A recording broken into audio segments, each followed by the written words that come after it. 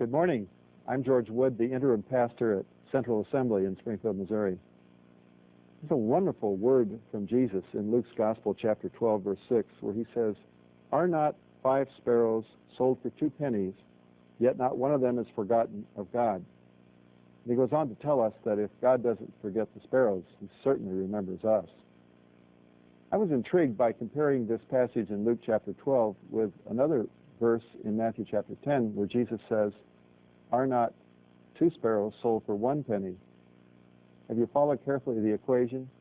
2 sparrows for 1 penny, and then 5 sparrows for 2 pennies. The question is, how do you split a sparrow? If 2 sparrows are sold for a penny, and 5 sparrows are sold for 2 pennies, then it must mean that we have a volume dealer in the marketplace with his bird cages, and he's got a special sale on today. The normal price for the sparrows was 2 sparrows for a penny. But if you get them in bulk, there's a sale. We'll give you 2 sets of sparrows, and we'll throw the 5th one in for free. It's very interesting. Jesus says, and yet not one of them is forgotten of God, because the one that's not forgotten is the 5th sparrow who was thrown in as the freebie. In the same manner, the Lord remembers each one of us. We're not lost on the radar screen of God's knowledge and God's infinite wisdom. We're known personally to God. If he says that the sparrow has value that had no economic value except to cinch the deal, we can be sure that we are of value to God. You're of value to God today. Even if you're broken, down on your luck, you're of value. And even if you live in the wealthiest home in town, you're of value to God.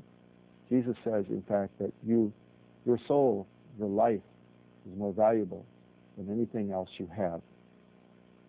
At Central Assembly, we value life, and we value your spiritual life and your relationship with God. I'd like to invite you to come and worship with our church family this coming Sunday. Our morning service is at 10:30. And our Sunday school is at 9:15.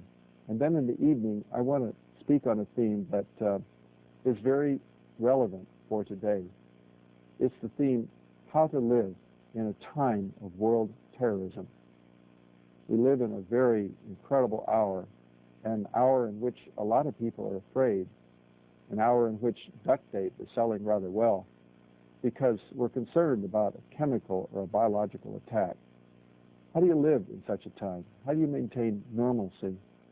It's very fascinating as you look at the gospel of Jesus Christ that you see Jesus himself give us the keys to living in a time of world terror. I'd like to invite you to be my guest this Sunday evening at 6:30 at Central Assembly. I trust that you will have a wonderful day and that God's blessings will be with you every moment of this day.